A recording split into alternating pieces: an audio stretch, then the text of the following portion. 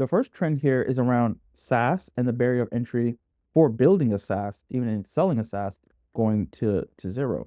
And what's really driving this is the fact that agents are really getting good at coding. And so you don't need a really large team of engineers. You don't need a large team of specialists anymore to build a wide variety of different types of software. And people are really diving into workflow vertical specific SaaS applications because trying to build an entire platform that does everything for everybody is really, really difficult given the error rates of agents. But if you really hone in on the workflow that you want to build and you hone in on the type of person you're serving, you can probably string together a few agents in that workflow. And the overall cost to do so is like pretty low. Imagine engineers before AI agents. If you had one good engineer, they could basically outclass two or three people. Some of them were worth 10 to 15 people. So now with agents, that multiplier is just much higher. So if you're a technical person right now, even if you're of like average skill, if you're average coder like me, you can basically build out an entire full stack application that's complicated. It's not like a to-do app or anything like that, but something that's taking a very complex workflow and synthesizing it into an agent and then putting a price point on it is 100% possible right now. And then the also is the distribution over tech trend that's been happening for forever, but it's really apparent now. I mean, if you have an audience or you already have a customer base, you already have a client base, and there are a series of problems you know that can be solved by software, or maybe there's internal tools that you're using with your team that you've had forever, spinning it out into a SaaS product is just like a no-brainer now. The issue before was, man, it's a big engineering lift. But because of agents and all these tools that are coming out for you to be able to build these applications, engineering lift is going to zero. So you can basically build these out. And if you have distribution built in, it's a major plus over just having a super technical focus. Now, as well, there's these marketplaces that are everywhere, and they allow you to sell your SaaS application for a certain multiple. Of course, it's not like the 2020 numbers where it's like 13 to 15x your SaaS product, but those are really for VCs because they're always trying to shoot for $1 billion company. If you're just running like a lifestyle business or you have an agency and you're spinning out a software, then a 2 to 6x multiple is not bad at all, especially for something where you already have your distribution built in. You know how to acquire your customers. You just need to build it and get it off the ground, up and running. It's a great exit opportunity for you. So that's the biggest trend. I think everyone is going to be looking at everyone's going to start looking at, okay, I have all these skill sets, I have all these existing clients and customers, I have some like, distribution in place. What type of SaaS can I build that I can either exit or, bring in some consistent recurring revenue with? And just to hammer this point home, there's this site I found called Indie Exit, which does exactly what I'm talking about here, which is it allows you to basically list these products that you have, and it really allows you to sell these in a very streamlined way. Before, you probably would have to do some backroom deals and searching for people. It's all out in the open. It's up front. They handle everything on the back end as well. And you'll see some of these apps, if we just walk through a few examples here, they have right on the landing page, it's like get document insights with AI chat, chat with PDF, classic, automate cold outreach. That's another classic one as well. And then AI agents for task automation. So it's literally right here on the front page. And they have little, I like this header where they list out things you can sell on this site, side projects, micro SaaS, web apps. You scroll down here, they have a couple of things that are already listed today. They have different types, a directory site, a micro SaaS, and a micro SaaS. So there's a lot of micro SaaSes on this platform. I think the deal size here is going to be a little bit lower, but you can see the multiples people are asking for. I think 27x is a little much. That's a little much. But there's a keyword research tool. You could probably build a keyword research tool, Google Sheets add-on. So these are very small things, but they have users. They have users and they have some type of revenue as well. And so you can ask for a multiple on that revenue. And this is a established practice. This is not like out of left field. People are selling SaaS products every day, all day. Another marketplace is acquire.com, and this one is a bit older. It's very mature. A lot of people recommend it. So This is one, if you're looking for a higher deal size as well, you can go with this one instead of it just being like a side project type thing. It's for folks who are looking for a streamlined process where you want people to come in inbound to you instead of you having to do all of the outbound work yourself. And so if we go into like they have a couple of sections here. You can, if you have an agency, you can sell it here. You have content websites, you can sell it here. A SaaS business, you can also sell, and you can see some of the multiples on this: 4.5x, 37x, 4x. And I think I trust these numbers a little bit more.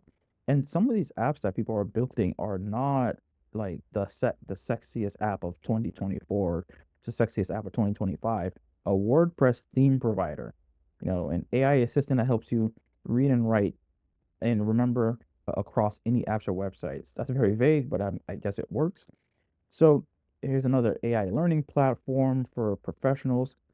And you'll notice here, there's not a lot of agent stuff yet here. So it's basically a blue ocean to jump in here with agents into this type of market, build out something that's really vertical, really good for a certain type of user, and then just dominate and then eventually just sell it. And yeah, just to kind of drive the point home, a couple people are talking about this right now. It's a very active conversation. And Greg Eisenberg says here, the next set of startups won't launch with marketing teams. And you could sub out marketing teams for any other type of team. It depends on your flavor. They'll launch AI agents running everything 24/7. Now, this is the hyperbolic case, right? I don't think AI agents are there yet, but this is very much the case where people who are running at the speed where they can spin up agents and have agents working on their behalf in the background is very much the case. NVIDIA CEO is literally on tour talking about this right now. He uses a ton of agents in his business alongside very smart people, but they have hundreds and hundreds of agents working all the time around the clock. I mean, that's why they're worth so much as a company. And here is another post on X where someone broke down a recent video from YC talking about vertical AI agents and dissecting that idea out a little bit more. I think one of the cool things is finding what they call these butter passing jobs where it's just a boring, repetitive task that no one likes to do. And of course, if someone could just pay for it to get automated, they will.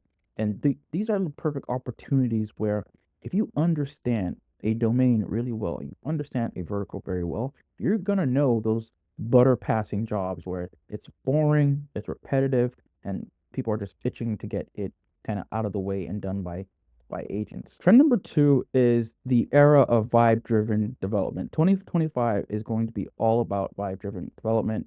And this is again because coding tools have gotten really, really good.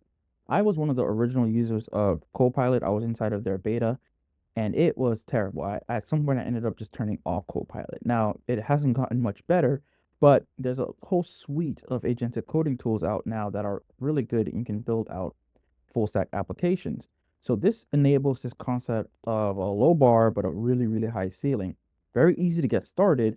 It's very hard to finish. If you don't have the existing skill set in place to build full stack apps, I think people do very well on the front end, but once it gets to the back end, once they're having to deal with databases, complex distributed system problems, that's kind of where things fall apart. And then they can't really prompt it to complete. Other thing is going to be like this quality versus speed balance, where it's very easy to get started, right? You just have to do a prompt. You can get really up and running with the prompt.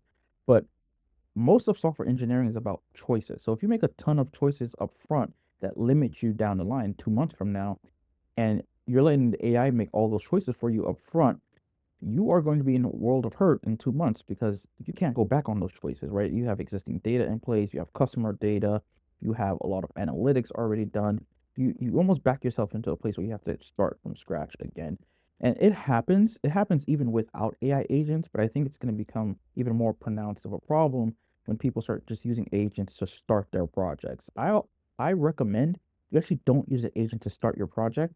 Start it with a template, make a lot of upfront design decisions first, then let the agent implement those decisions instead of letting it take over the entire development workflow. And of course, there's this rapid prototyping phenomenon going on right now. So if you have an idea, you can prototype it very quickly and get something that you can click through and that you can actually share with people. And there's this other flip side where there are people who are not building business software. They're building things that are very, very personal to them, like a mini bio site. That's completely possible to do with some of these tools now. There's going to be no customers for that. There's no need to do a ton of back end processing or anything like that. It's basically a static web page. And so a lot of those type of sites are going to be enabled by this coding environment. You're going to see people who never, want to learn how to code, don't care about coding, building websites. And I think that's pretty cool. And that's what's going to enable this vibe driven development. Yo, it looks good to me. Let's just launch it, put it on a live link somewhere. And you can see this where there's a split, right? And I think Kevin here did a good job of talking about this split. There's a difference between a code editor and a generator. The code editors are for folks who, at some point, you're going to go in there and make some changes yourself. You fully expect to make manual changes. Then there's the generators where the idea is that the person is not going to go in and make manual changes. So Replit and V0 do allow you to go in and do small tweaks and edits, but they're really going for that use case where you're just prompting and the prompts are driving the entire process. Right now, if you have to go in and make edits, I think they look at that as like, we didn't get it right.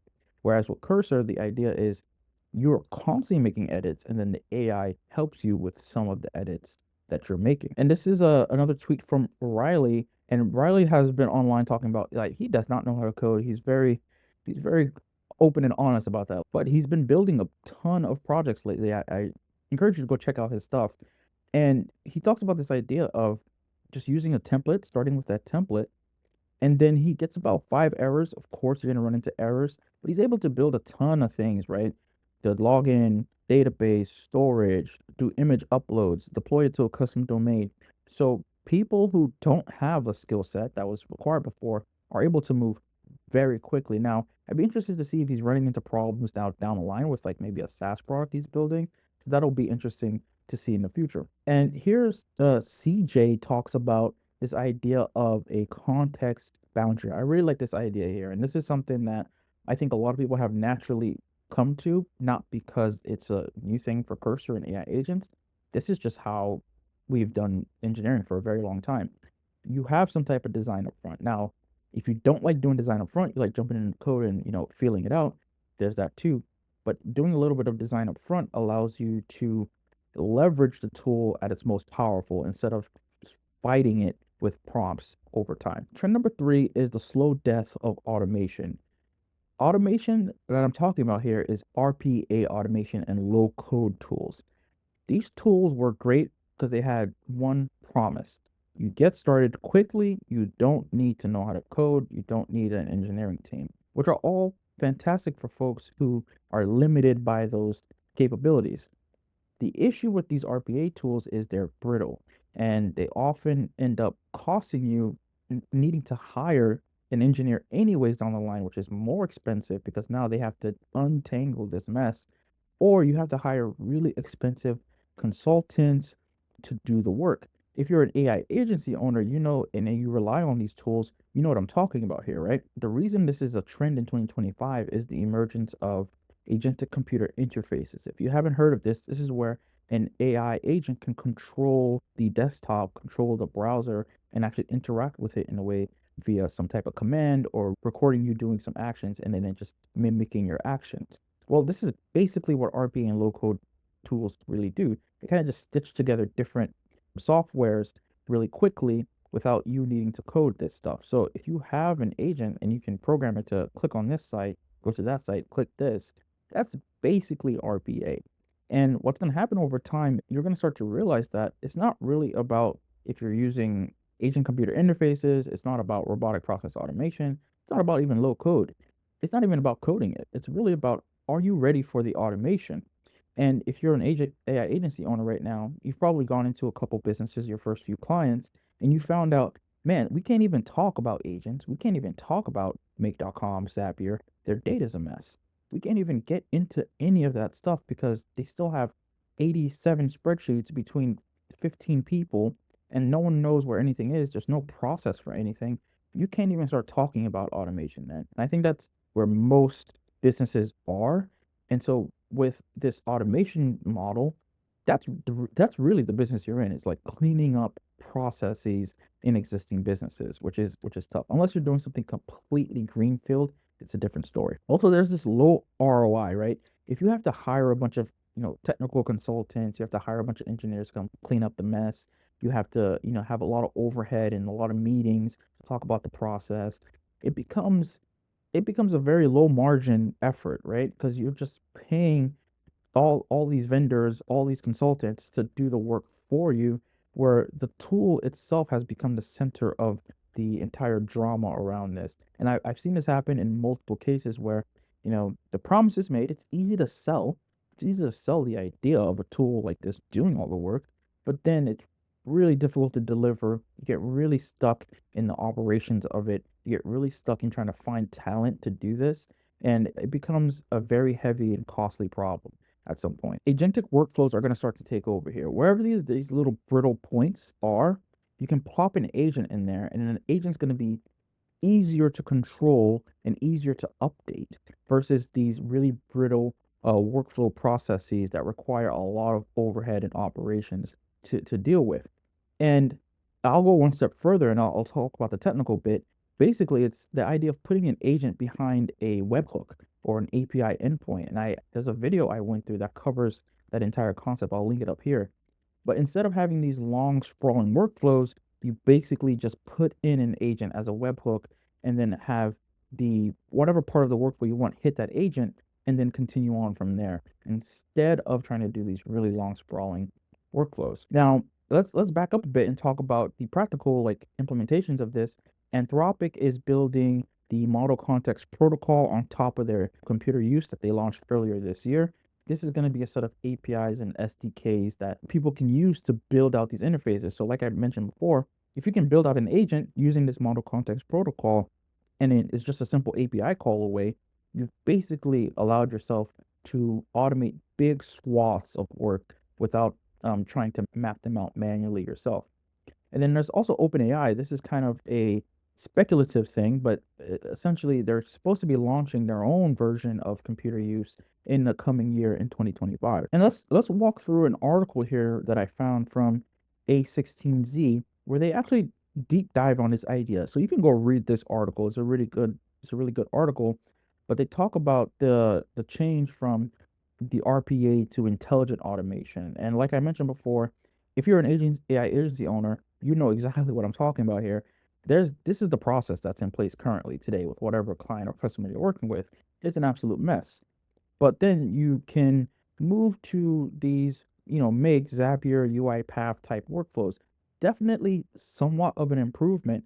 The problem is you run into all these broken pathways. And while here in this picture it's clear which pathways are broken, in practice it is not. It takes a lot of speaking with the client, deep diving into their business, ripping and replacing things to figure out where these broken pathways are. And they might have like 10, 15 software tools that they're using. So all those interactions multiplied, it becomes a problem that it's very hard to measure because there's so many different dimensions to it. Now, with Automation 2.0, the idea is you have a single LLM, and let's swap the LLM here for the idea of an agent, I think is better. And this agent is basically going to be responsible for an outcome. And then it becomes you iterate on this agent instead of iterating on this broken, brittle process. Now, these are both challenging things to do, but this is a measurable, tractable problem that you can solve. This never is going to get solved. This is a never ending, flows and stuff like that. You'll never get to a finish point with that. At least with an agent, if you give it a specific goal and a specific outcome, you can really track those and it becomes easier to implement over time and easier to sell as a automated process because the agent can live on your servers instead of your customer servers, or you can just move it over to their servers if needed. So it depends on how you build it. Always focus on what is your goal, what is the outcome with this. And I think that's going to be a trend of 2025. People are going to get very, very specific on what the goals and the outcomes are. Trend number 4 is around agentic marketplaces. And this is not a new idea. I think it's a natural extension of what we already have today. But instead of just building an agent that lives on your desktop and lives like as a personal assistant, you can build something and put it on a marketplace and just let it go to work. It'll interact with other people's agents. You can even hire some agents out if you want to. And this is going to allow a completely new way of monetizing these AI agents. And of course, at the heart of it is going to be autonomous like interactions. You don't have to be involved at all, and these agents should just be able to work independently with each other. They're negotiating, they're putting prices on things. It's going to be pretty interesting. You can also go into these marketplaces and then hire out these agents. So if there's an agent that's specifically good at one task that you know from whatever company or whatever developer, you can go in there and pick up that agent to do some work for you and basically kind of rent it out for a few hours. And there's also a ton of ways to monetize these, right? So let's say maybe you have a team that you can rent out to someone for a certain set value, or you can have an agent that builds these agents and puts them on these marketplaces. What already happened is from HubSpot of all the companies. They've built out a marketplace that's like a professional network for AI agents. And this came out earlier this year, but I think it's going to really hit its stride in 2025. There's also going to be a bunch of copycats right after this, if not already. But the idea is basically what I was describing, where you can go in here and hire one of these agents. So there's a company research agent, there's an image generator agent as well.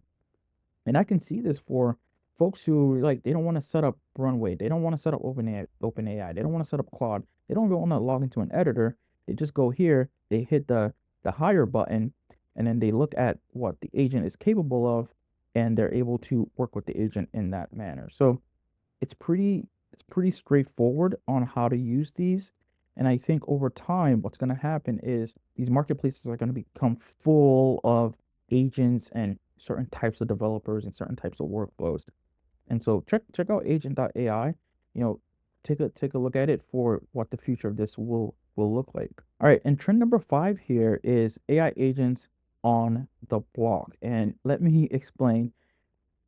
Blockchain and cryptocurrency has a really bad rep, and that's because rightfully so. There's just too many scammers in the space.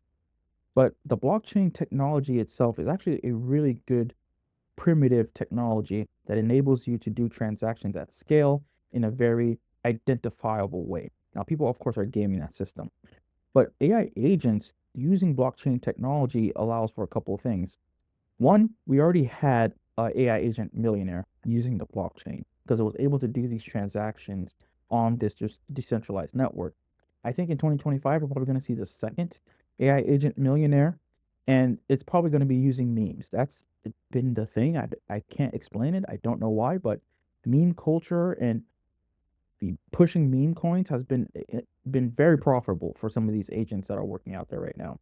There's also a ton of development tools that are cropping up on how to do this. So instead of it being a weird esoteric thing where you have to maybe use a platform you don't trust, you can build these from scratch using your own tooling on your own servers, as long as you understand, like really, really understand how to build smart contracts and how to build out these AI agents. You know, even recently, an agent was shown spinning up its own company. So it was able to spin up its own company. So combine that with the idea, an agent can spin up its own company. An agent can also do distributed, decentralized transactions on the blockchain. I mean, the possibilities are endless at that point. And there's this rise of social AI agents. So social agents are basically going to be able to go in to these platforms, drive up, drive up hype, drive up the speculation around something, and then game the system to make whatever revenue they want to make. Now, of course, the biggest problem with this trend is trust, right? Who do you trust in this space? Who do you go to for good information? Who's actually building these agents? What's going on? So it is going to demand a lot of research. And I think in 2025, maybe by the end of 2025, we can see some trust come back in this space, but it's going to be a very, very long battle.